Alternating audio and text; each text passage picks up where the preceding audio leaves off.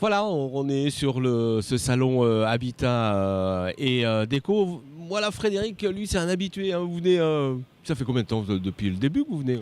Ah, sur Chalon, Oui, ça marche, ça marche. donc sur Chalon, ça fait à peine une dizaine d'années qu'on vient dans ce coin-là pour faire, puisqu'on est originaire de la région de Saône-et-Loire, donc vers Saunières, dans le côté de Verdun-sur-le-Doubs.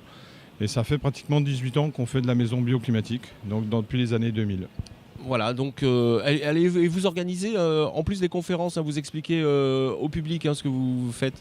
Oui, parce que la maison bioclimatique, c'est quand même technique. Donc il faut bien expliquer aux gens comment fonctionne la maison, qu'est-ce qu'il faut faire. C'est quand même une éducation aussi à reprendre derrière, puisque pour pouvoir vivre dans une maison comme ça, c'est pas très compliqué, mais il y a des choses simples à comprendre pour faire ces économies d'énergie, puisque sur ces maisons-là, on arrive, nous, à consommer entre 2 et 4 stères de bois par an. Waouh, incroyable, hein.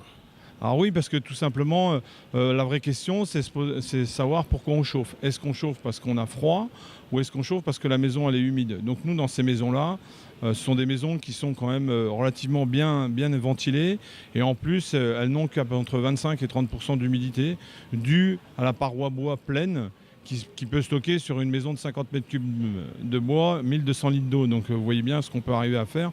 Donc il y a peu de vapeur, mais ça n'exclut pas d'avoir quand même une VMC double flux pour gérer, puisque c'est le poumon de la maison.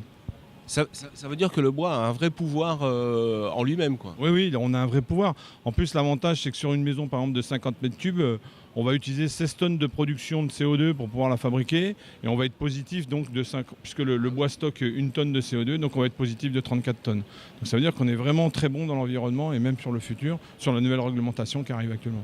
Et vous pouvez construire toutes sortes de maisons, d'extensions, c'est à la demande en fait aussi, hein. Oui, complètement. C'est-à-dire que les gens aujourd'hui ont un projet, ils viennent avec leurs projets, leurs idées.